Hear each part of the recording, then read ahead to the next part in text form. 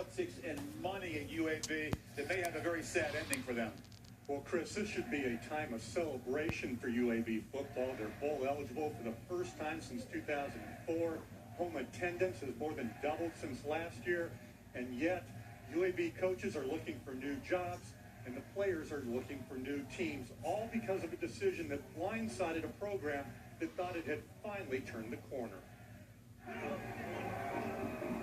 We have made the decision that the 2014-15 academic year will be our final year of competition in football, rifle, and bowling.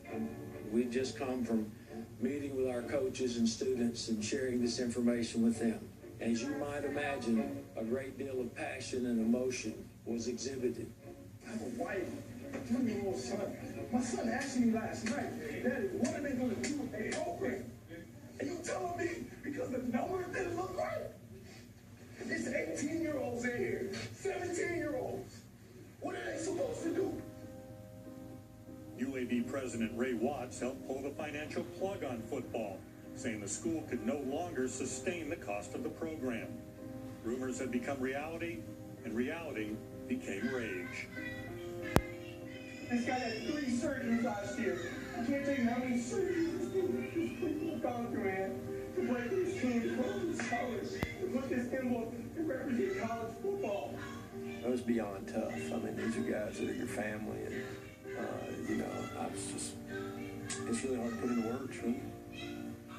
It isn't hard to put into words for Birmingham businessman Don Heyer, who has donated millions of dollars to UAB and vows to withhold millions because of the decision to end football.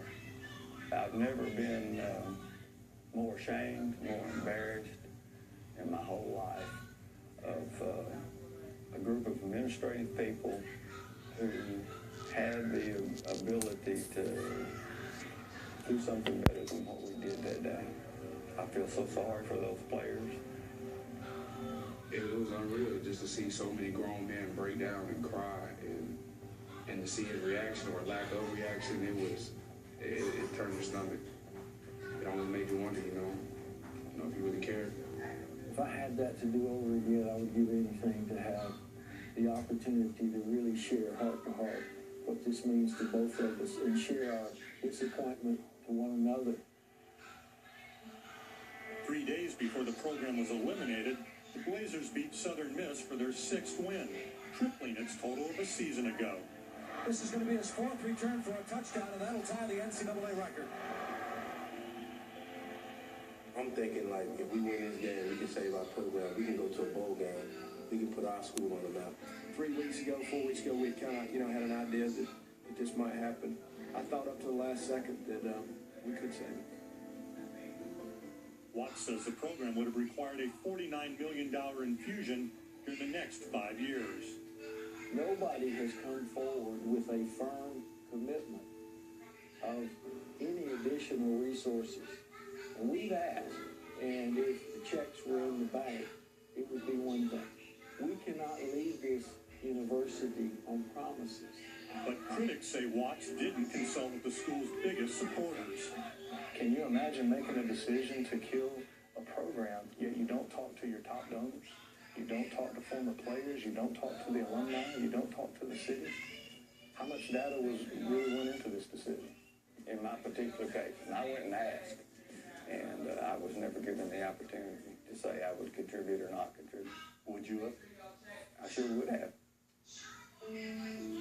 Since the announcement, Watts has been the subject of artistic expression and protest rallies.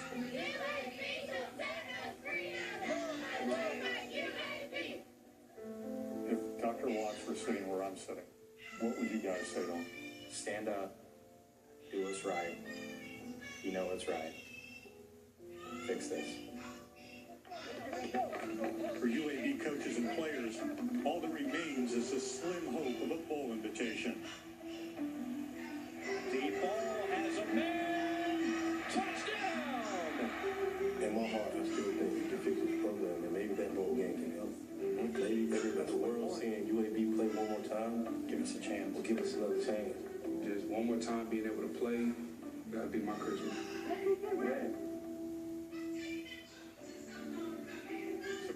said they went to Ray Watts and had certified checks, certified packages for $5 million, and they said they could raise more if they would get a commitment that the program would remain in place.